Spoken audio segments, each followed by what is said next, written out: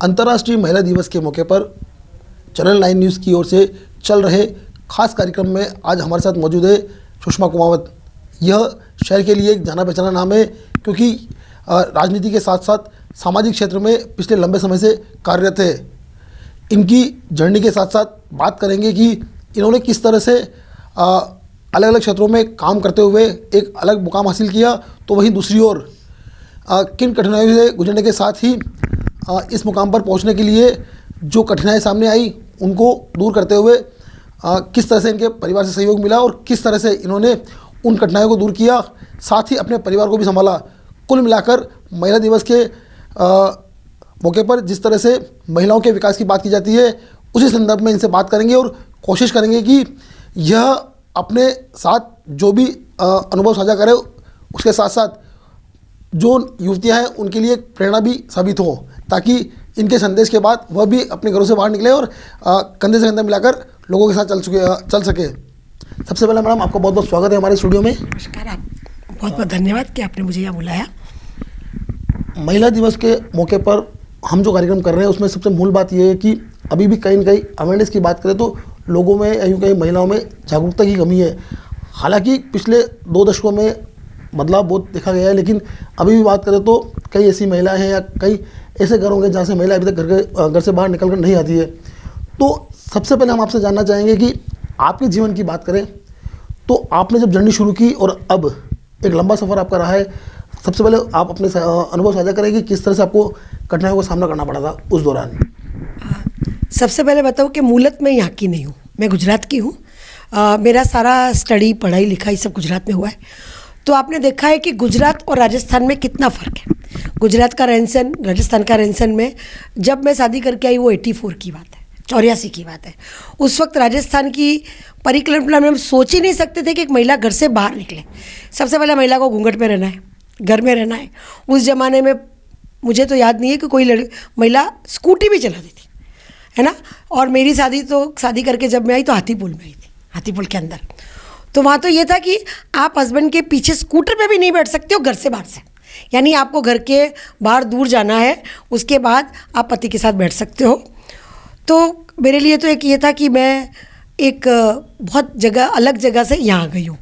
और मेरा शादी से पहले मैं विद्यार्थी परिषद से जुड़ी हुई थी, कॉलेज राजनीति से जुड़ी हुई थी, और मैं गुजरात में भी विद्यार्थी परिषद को लेके नवनिर्माण से काम करती थी। तो मेरी सोच तो राजनीति और महिलाओं के लिए देखकर कि गुजरात में रहते तो महिलाओं को वहाँ बहुत ज़्यादा तवज्जो मिलती थी और हर फील्ड में महिलाएं अच्छी थी। पर शादी करके जब यहाँ आए तो एक वादे के साथ आई थी। वो वादा मुझे आज भी याद है कि मेरे पति ने मुझे ये कहा था कि आप जो करना चाहती हो वो सब मैं करने दूँगा, पर मेरे घर को चलाते हुए। तो वो परिप्रेक्ष्य को लेकर मैं यहाँ आ गई थी। और मैं सबसे ज़्यादा धन्यवाद तो उस परिवार को देना चाहती हूँ, मेरे ससुराल वालों को। मेरी सास विधवा थी, क्योंकि मेरे पति 5 साल के थे तब उनकी डेथ हो गई थी। सी इज़ डिस्पेंसरी इंचार्ज। उन्होंने अपनी ज़िंदगी में बहुत संघर्ष करा था, और एक विधवा को नौकरी भी करनी और घर चलाना और बच्चों को पढ़ाना, तो उनका जीवन बहुत संघर्षमय था। तो वो भी जानती थी कि घर में अगर बहू आ रही है तो करेगी कि नहीं करेगी। तो वो दंड एक अलग था, पर हाँ, पति का वादा था। तो ये करते करते सफ़र को शुरुआत कर दी। तो जब मैं शादी करके आई तो मुझे बहुत अच्छे से याद है कि मुझे हिंदी बोलना नहीं आता था। गुजराती थी, 2 लैंग्वेज आती थी, गुजराती और इंग्लिश। हिंदी बोलती थी मैं साउथ इंडियन की तरह, कि साउथ इंडियन जैसे हिंदी बोलता है। और हाथीपुल में आ गई तो वहाँ तो मेवाड़ी चलती थी, आपको पता है कि मेवाड़ी भाषा का हाथीपुल में सब आसपास लोग मेवाड़ी बोलते थे। तो मैं हिंदी इंग्लिश लिखते लिखते उस भाषा को सीखती गई, और वो जो एटमॉस्फेयर था वहाँ सीख लिया। और मुझे याद है कि सबसे पहला चुनाव में मैंने प्रचार किया था भानु कुमार जी शास्त्री का। मेरे साथ उस वक्त रजनी भाभी जी भी थे, जो आज मेयर रही हुई है। वो हमारे पारिवारिक संबंध थे, तो वो भी थी। दादीश परिवार था, और जिस मोहल्ले में मैं रहती थी वो आरएसएस का परिवार था। तो वहाँ से सब महिलाएं चुनाव प्रचार में जाती थी, खाली चुनाव प्रचार के लिए। तो उस नारे के साथ हमने भी हमारा जीवन शुरू किया। और उस बीच मेरी पहचान हुई थी श्यामा कुमारी जी सेंगर। उन्होंने जब मेरे अंदर देखा तो वो सबसे पहले महिला मोर्चा की यहाँ अध्यक्ष बनी थी, और उन्होंने मुझे महिला मोर्चा में शामिल किया और मुझे महिला मोर्चा का मंत्री बनाया। तो मेरी राजनीतिक सफ़र की शुरुआत हो गई। तो मोर्चा, धरना, क्योंकि भारतीय जनता पार्टी उस वक्त तो विपक्ष में ही रहती थी, राज तो सोच ही नहीं सकती थी। हमने तो ये परिकल्पना नहीं की थी कभी हम राज में कभी आएंगे। तो विपक्ष की जो भूमिका होती थी वो हम बहुत अच्छे से निभाते थे। एक चीज़ मैं पूछना चाहूँगा कि जैसा कि आपने एक बात कही कि तो 1984 में आपकी शादी हुई, करीब 40 साल हो चुके हैं शादी को। आप यहाँ पर आए, यहाँ के जो परिवेश को आपने देखा, समझा, और उसके बाद यहाँ पर जो परिवेश था उसमें ढलने की कोशिश की। तो कहीं ना कहीं गुजरात से एक नए परिवेश में आना, क्योंकि गुजरात जो शहर है या राज्य है, गुजरात राज्य से यहाँ पर आना सीधा, क्योंकि मेवाड़ और गुजरात में बहुत असमानताएं कह सकते हैं, चाहे खान पान की बात हो, चाहे रहन सहन की बात हो, चाहे बोली की बात हो, सभी में बहुत असमानता होने के बाद भी आपने जिस तरह से अपने आप को ढालने की कोशिश की, और आपने एक बात कही कि मुझे परिवार से पूरी तरह सपोर्ट मिला। लेकिन उससे पहले आपको शुरुआत की बात करें तो शुरुआती दौर में कैसा आपने महसूस किया है, कितनी कठिनाई आपको झेलनी पड़ी थी? देखो, अगर मेरी कठिनाइयों की बात करूँ ना तो बहुत बुरी कठिनाइयों से गुजरी थी, क्योंकि एक द्वंद्व युद्ध होता है सास बहू का, वो द्वंद्व युद्ध था, है ना। क्योंकि मैं बहुत फॉरवर्ड थी कपड़े पहनने में, सब में सर ढकना था, सास कहती थी सर ढको, और मैं पर्दा खिला पर सर ढका। मैं मानती हूँ कि कुमाऊँ समाज में अगर किसी ने घूंघट प्रथा को हटाया तो मैं थी। तो बहुत सुनना पड़ा, क्योंकि हमारा परिवार कुमाऊँ में जाना पहचाना परिवार था, तो सब जगह से सुनना पड़ता था, और मुझे तो सुनना पड़ता था, साथ साथ मेरे पति को भी सुनना पड़ता था। पर वो जो घर में झगड़े होते थे ना, उस झगड़े को बहुत साइलेंटली रहते थे हम लोग, क्योंकि अगर कोई संघर्ष करना है तो दो तरह से होता है, साथ में रहकर करो या एकदम विपक्ष की भूमिका करके रखो। अगर वो मैं करती तो शायद मैं मेरा परिवार तोड़ चुकी होती। मैं सच्ची कह रही हूँ कि इतना संघर्ष था, इतना द्वंद्व था हमारे घर में कि आप परिकल्पना भी नहीं कर सकते हो। कहीं जाना है तो यूँ उंगली करके बात करते, वो देखा अपने आप को फॉरवर्ड समझती है, पढ़ी लिखी बहू आई है, अपने आप को सुनती नहीं है, सास ने इतनी मेहनत करी है, परिवार को नहीं लेके चलती है, या कि परिपाटी को लेके नहीं चलती है, कैसी बहू लेकर आया है, ये कौन सा घर चलाएगी, कैसे घर चलाएगी। तो ये सारी बातें होती रहती थी। पर वही है ना कि आपका लक्ष्य सही है, आपकी सोच सही है, तो आपको ये सब आत्मसात करके चलना पड़ता है। आप एकदम विरोध की भूमिका नहीं कर सकते हो, है ना। तो मैं टूटी भी थी, बिखरी भी थी, और मेरी जैसी महिला ने सुसाइड करने की भी कोशिश की थी। आप ये सोचो शॉर्ट फॉर्म में कि कितनी बड़ी परिकल्पना होगी। एक ज़माने में ये आया था कि मैं घर छोड़ के चली गई थी कि नहीं, मुझे नहीं रहना, मैं उदयपुर में रह ही नहीं सकती। पर एक पति का जो प्रेम था, वो प्रेम ऐसा था कि नहीं सुषमा तुमको करना पड़ेगा, तो वापस आ जाती थी, वापस आके उसी लड़ाई में लड़ती थी। तो ये सफ़र मेरा बहुत कठिन था। पर ठीक है, सबसे बड़ी बात ये थी कि एक मेरी मेहनत थी, मेरा जज्बा था, एक मेरी सोच थी। और जब मैं राजनीति में आ गई थी तो मुझे फिर ये लगता था कि यहाँ की महिलाओं के लिए कुछ करना बहुत ज़रूरी है। महिला बेचारी, उनका पति छोड़ने आता था धरने पे, फिर घर जाती थी, फिर हम कहते थे काम करो, तो घर घर जाके हमको आज तो बीजेपी में महिलाओं को ढूंढना पड़ता है, बंद करना पड़ता है। उस ज़माने में महिलाओं को लाने के लिए हमको बहुत मेहनत करती थी। ये तो गाड़ी चलाना नहीं आता था, घर से परमिशन नहीं थी, कहिए नेतागिरी करोगा, नहीं करनी। तो परिवार से महिलाएं आती नहीं थी। भाई 5 महिला 7 महिला को जोड़ना, किसी की पत्नी होती थी, किसी की भाभी होती थी, बस राजनीति में ही होती थी। आपको नाम भी याद होंगे, दाखी भाई जी, युधिष्ठिर जी की मम्मी, फिर अपने कांता बनोरिया, शशिकांत जी बनोरिया की वाइफ, श्यामा कुमार जी जो सिंह दाई जी की वाइफ, ठीक है। फिर 2-3 महिलाएं अंसा इंगर जो कॉलेज रात से, किरण माहेश्वरी तो बाद में आई थी। अब यह सोचो कि राजनीति का कौन सा संग्रह था। जैसा कि अभी आपने एक बात कही कि राजनीति में बहुत लंबा आपको संघर्ष करना पड़ा, उसके बाद राजनीति के साथ साथ आपने एक सोशल वर्कर के रूप में काम शुरू किया। अभी आप वर्तमान में यूँ कहें कि परिवार परामर्श केंद्र भी चला रही है, साथ में इससे पहले राजस्थान महिला आयोग जो बना हुआ है उसकी सदस्य भी रह चुकी हैं। उस समय की परिस्थितियों की बात करें तो वर्तमान में कैसी परिस्थितियाँ हैं महिलाओं के लिए, क्योंकि आपने सभी क्षेत्रों में काम किया है, फिर भी आपको क्या लगता है कि अभी भी महिलाएं कहीं पिछड़ी हुई है? क्या मानना आपका? देखो, आज उस परिकल्पना को देखें, मीन्स आज मैं बहुत लंबा 91 की बात करते हैं, जहाँ नगर परिषद का पहला चुनाव हुआ था और महिलाओं को 35% आरक्षण मिला था।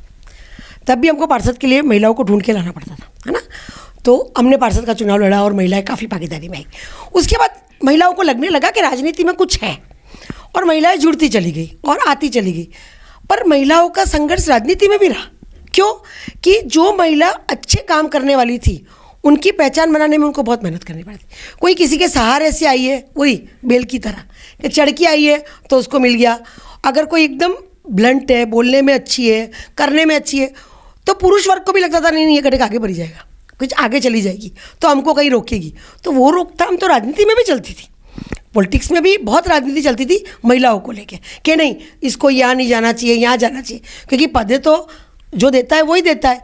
तो वहाँ भी ये चापलूसी चलती थी। पर मेरा ये कहना है कि उस ज़माने की राजनीति में और आज की राजनीति में फ़र्क है।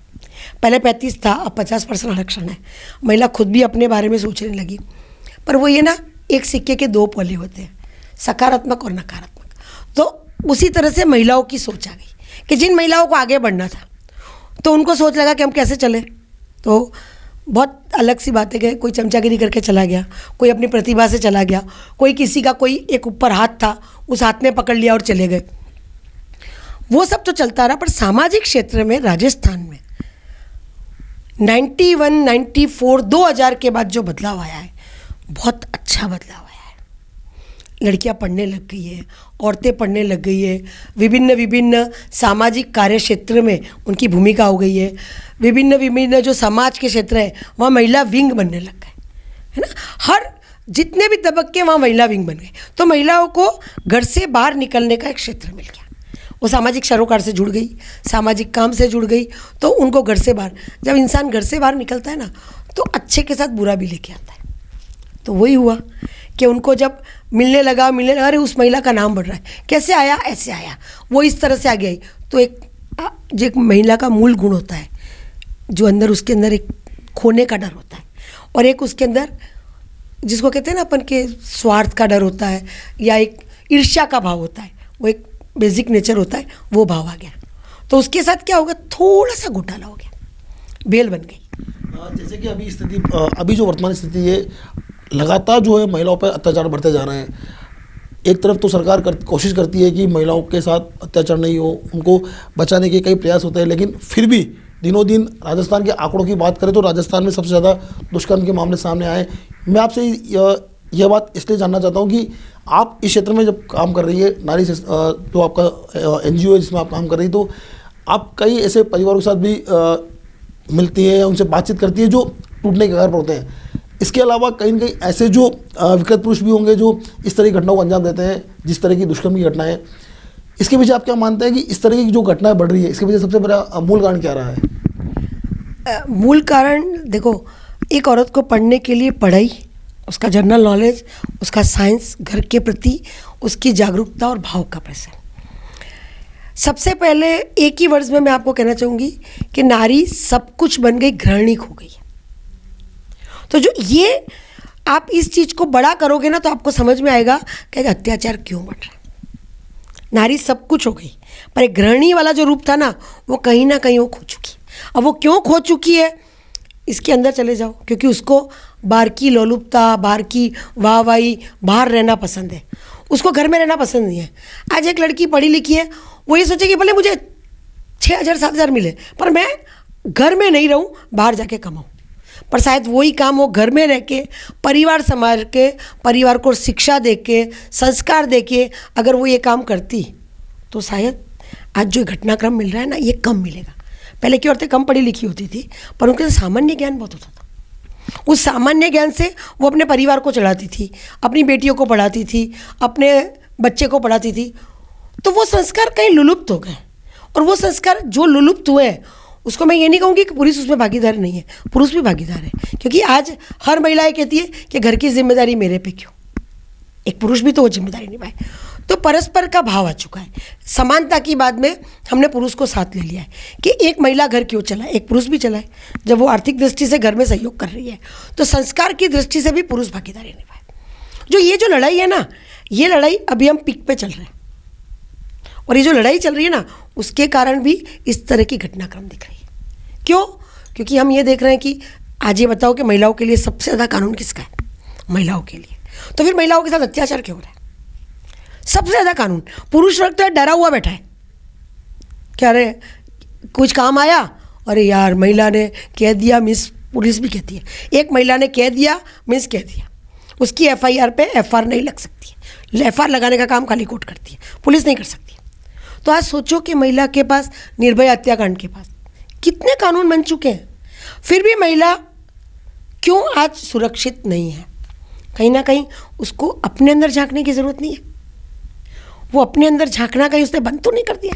सिर्फ कानून का, हम कुछ भी कर लेंगे, कानून हमारे साथ है। चलो कानून आपके साथ है, मैं भी कहती हूँ कि महिलाओं के साथ कानून है।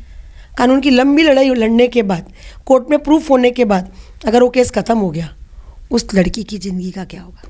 उस लड़की ने ये सोचा कि मैंने जो करा उसका मुझे क्या मिला, मैंने आज समाज को क्या दिया। आज जब कानून बना था तो महिला सुरक्षा के लिए बनाया था, ना कि उसका दुरुपयोग करने के लिए बनाया था। आज 498 इतना अच्छा कानून था क्योंकि दहेज प्रथा थी, तो 498 बना था, पर उसका यूज़ कितना हुआ और मिसयूज़ कितना हुआ, ये आंकड़े आप लोग के सामने। क्या हुआ आज उसमें, देखो क्या परिवर्तन आ गया। बहुत सरल हो गया कानून। जैसा कि अभी आपने कहा कि महिलाओं के लिए बहुत कानून बने हुए हैं, लेकिन कहीं ना कहीं दुरुपयोग भी हो रहा है। फिर भी अत्याचार जो बढ़ रहे हैं, तो केवल और केवल इसके लिए पुरुष जिम्मेदार है या कहीं महिला भी जिम्मेदार है? मेरा एक सवाल तो ये। और दूसरी बात, एक चीज़ और जानना चाहेंगे कि ऐसे कौन से कानून या ऐसे किस तरह के बदलाव आने चाहिए ताकि जो महिलाओं पर अत्याचार हो रहे हैं या फिर जो घटनाएं, दुर्घटनाएं सामने आ रही है, चाहे दुष्कर्म की हो चाहे अन्य घटनाएं हो, उनको रोका जा सके। मैं आपको एक एग्जांपल देना चाह रही हूँ। 8 मार्च आ रहा है, इसलिए मेरे को मेरा एक वक्तव्य याद आ रहा है। पहले लड़के लड़कियाँ अपनी जीन्स नेवल से नीचे पहनते थे, आज भी कुछ लोग पहनते हैं, पर अब वापस आ चुका है वो ट्रेंड कि अब ऊपर वाला जीन्स पहनते हैं। तो 8 मार्च के दिन मैं दिल्ली में, जयपुर में थी, तो पुरुष एक महिला की सुरक्षा क्यों नहीं कर सकता है, ऐसी बात पे मेरे पास एक कटाक्ष आया था। तो मैंने उस कटाक्ष में कहा था कि जो पुरुष अपनी जीन्स ही नहीं संभाल सकता है, वो एक महिला की सुरक्षा क्या करेगा। तो बहुत बड़ा बवंडर हुआ था। तो सब आप जैसे मीडिया वाले मेरे पास आए, मैंने कहा मेरा कहने का भावार्थ ये नहीं था।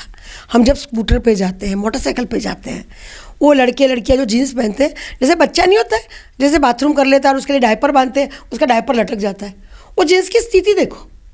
क्या ये हमारा पहनावा है? हम देना क्या चाह रहे हैं दुनिया में? हर चीज़, मैं ये नहीं कहती हूँ कि स्वतंत्रता नहीं होनी चाहिए, पर स्वतंत्रता और स्वतंत्रता में, स्वच्छता में फ़र्क है। उस फ़र्क को समझिए। आज एक लड़की कितना भी मॉडर्न कपड़ा पहन के जाए, मुझे कोई आपत्ति नहीं है, पहने, है ना, पर आप किसको प्रवोक कर रहे हो, कहाँ पहन रहे हो? आप क्लब में जा रहे हो, ओके पहनो, पर आप पैदल चल रहे हो रोड पे और ऐसे ड्रेसेस पहन के निकल रहे हो, ठीक है, आपकी मर्जी है, आप स्वतंत्र हो, पहन सकती हो। आपने प्रवोक किसको किया? सोचो, आपने किसी भी चीज़ को प्रवोक करा, वो प्रवोक किया हुआ व्यक्ति कहाँ जाएगा? उसके हाथ में उस एज की लड़कियाँ तो आने की नहीं, 2 साल की, 3 साल की, 8 महीने की मासूम लड़की आ रही है और उस प्रवोकनेस को, उनकी गंदगी को वो वहाँ निकाल रहे हैं। तो हम क्या कर रहे हैं? एक सोच का विषय। अब बात करें अंतर्राष्ट्रीय महिला दिवस के अवसर की, तो इस दिन कई कार्यक्रम होते हैं, कई जगहों पर संस्थाएं काम करती भी है, कई जगह जागरूकता का काम भी होता है, लेकिन कहीं ना कहीं अभी भी मानसिकता की बात करें तो मानसिकता में बदलाव बहुत कम आया है। तो इस मौके पर आप क्या संदेश देना चाहेंगी अंतर्राष्ट्रीय महिला दिवस के मौके पर? सबसे पहले तो मैं, भारत में अंतर्राष्ट्रीय दिवस मनाया क्यों जाता है? क्योंकि भारत की संस्कृति में हम क्यों नहीं, हमारी जितनी सती हुई महिलाएं हैं, अल्लाबाई है, सीता है, राधा है, रुक्मणी है, इतनी सारी, उनके नाम पे कोई दिवस क्यों नहीं बनाए? जैसे प्रताप की माता है ना, अपने चित्तौड़ की महारानी है, किसी के नाम से भी बहुत सारी ऐसी शक्तियाँ हमारे वहाँ पैदा हुई है जिसके नाम से हम एक दिन मनाएं। हम किसी के नाम पे दिन बनाते हैं तो हमारे दिमाग में एक सोच आती है कि ये दिन क्यों मनाया जा रहा है ना। झांसी की रानी है, उनके नाम पे अगर एक दिन मनाते तो एक सोच आता है कि झांसी की रानी एक ऐसी औरत थी कि जो पुरुष के नाम पे लड़ी, अपने देश के लिए लड़ी, अपने राज्य को बचाने के लिए लड़ी, अपने परिवार को चलाया, राज्य चलाया, और इतनी बड़ी लड़ाई लड़के झांसी की रानी ने एक उद्देश्य दिया। तो हम अंतर्राष्ट्रीय महिला दिवस ठीक है बनाता है, क्योंकि ये तो फॉरेन का कानून था कि वहाँ एक मजदूर संघ को, महिलाओं को कुछ मिल नहीं रहा था, उनको तरीके से न्याय नहीं मिल रहा था, और उन्होंने वहाँ हड़ताल करी थी और वो अंतर्राष्ट्रीय महिला दिवस की स्थापना हुई। पर अब तो जागरूक भारत हो गया है, हम जागरूक महिला हो गई है। हमारी भारत की औरतों की सोच में और उनकी सोच में बहुत फ़र्क है। तो हम रोज़ ही अंतर्राष्ट्रीय दिवस मनाएं। और सोच का फ़र्क, मेरा ये कहना है कि आज सारी चीज़ें औरतों को मिल चुकी है, पर उनको सही गलत का फैसला करना है, अपने स्वार्थ को छोड़ना है, अपने आप को छोड़ना है। एक औरत एक उड़न परी बन के नहीं रह जाए, सब जबकि भारत की ऐसी महिला ले कि उस महिला के नाम से देश में एक नाम चले। जैसे हमारे वहाँ भी है, सुषमा स्वराज का नाम सुन लो, जो राजनीति भी करा और उन्होंने अपने, वो जब बोलती थी संसद में तो लोग भी सुनते थे उनको। संस्कृत में उमा भारती को देख लो, रितमरा जी को देख लो, है ना। तो ये सब महिलाओं के दृष्टांत है। तो हम अपना फोकस उन महिलाओं के आगे करें, ना कि पाश्चात्य संस्कृति के साथ जो महिलाएं चल रही है उनकी अनुसरण करें। हम अनुसरण उन महिलाओं का करें कि जो महिला इस देश को, इस समाज को सामाजिक समरसता में कुछ देकर कर गई है। पहनावा कोई भी हो, मुझे कोई आपत्ति नहीं है। अपनी सोच को, अपनी परिकल्पना को बहुत अच्छी रखें। गीता पढ़े, अपनी रामायण पढ़े, उसमें कलयुग पढ़ लो। आज कलयुग का पूरा दृष्टांत है उसके सामने। क्यों? उस तुलसीदास जी ने उस जमाने में कलयुग के सिरों की परिकल्पना कर रखी है। तो सोचो वो आदमी कितना विद्वान था। तो अपनी सोच को बदले, स्वार्थ को छोड़े, ईर्ष्या को छोड़े, ओढ़ा ओढ़ को छोड़े और परिवार को साथ लेके चलने की परिकल्पना करें। ये बात मैं मानती हूँ कि एक औरत को सहजता से कुछ नहीं मिलता है, पर उसके लिए दुष्कर्म, गलत कर्म, छोटे रास्ते, छोटा अपना रूट, गलत काम की तरफ जाना। देखो आज एक बात बताऊँ, आज महिला अपराध में कितनी आगे आ गई है। पहले सेंट्रल जेल में मैं जाती थी, मैं सेंट्रल जेल में बहुत सालों से काम कर रही हूँ, 4 से 5 महिला मिलती थी। आज 110, 78 सजा याफ्ता महिला, तो आप सोच नहीं सकते हो ये क्या हो रहा है। क्या ये कल्पना औरत के बारे में की जा सकती है? मैं तो कर ही नहीं सकती। और सबसे बड़ी बात, एक आखिरी सवाल, मैं आखिरी बात बोलती हूँ। मैं भी इस फील्ड में जवानी से आई हुई हूँ। मेरी बाल्यावस्था मान लो 21 साल की एज से मैं राजनीति सफ़र में आई हुई हूँ। मैं आज भी कहती हूँ, एक पुरुष मेरे सामने नज़र उठा के नहीं देखता है। क्यों? क्योंकि मेरी खुद की नज़र इतनी भारी है कि सोचने की, कोई आदमी सोच ही नहीं सकता किसी पुरुष के सामने सोचने। अगर उस औरत में उतनी मजबूती हो, वो जवाब देने की ताकत रखती है, उसको कुछ भी कपड़े कुछ भी पहने, मुझे कोई आपत्ति नहीं है, पर वो अपना सही गलत स्वार्थ में कोई, कहाँ कैसे जाना, कहाँ कैसे उठना, कहाँ कैसे जवाब देना। अरे कोई पुरुष कहता है अरे आप बहुत सुंदर लग रहे हो, ही, अरे क्यों ही? आप उसका जवाब दो ना भैया कि ठीक है मुझे पता है, आप काम की बात करो। अरे मैडम आपके बहुत नाम है, हाँ होंगे, आप काम की बात करो। आप कहीं जाते हो, उसकी नज़र जैसे आप पे पड़ती है, आप अगर उसकी नज़र को परखते हो, एक औरत को भगवान ने वो शक्ति दे रखी है कि वो एक नज़र परख सकती है। ये भगवान की देन है उस औरत में, पर कहीं कहीं हम वो भूल चुके हैं। तो ये आत्मविश्वास को जगाने की ज़रूरत है, बस मेरा यही कहना है। तो ये थी हमारे साथ सुषमा कुमावत, जिन्होंने अपने सफ़रनामे को हमारे साथ साझा किया और राजनीति में प्रवेश करने के साथ साथ करीब 40 सालों तक राजनीति में काम करने के साथ साथ जो सामाजिक क्षेत्र में काम किया, उन पलों को हमारे साथ साझा किया। हमारी जो विशेष कार्यक्रम की जो सीरीज़ है, इसमें हम आपको इन्हीं तरह की अन्य महिलाओं से भी रूबरू कराएंगे और उनके सफ़रनामे को आपके सामने रखेंगे। तब तक के लिए दीजिए इजाज़त। धन्यवाद।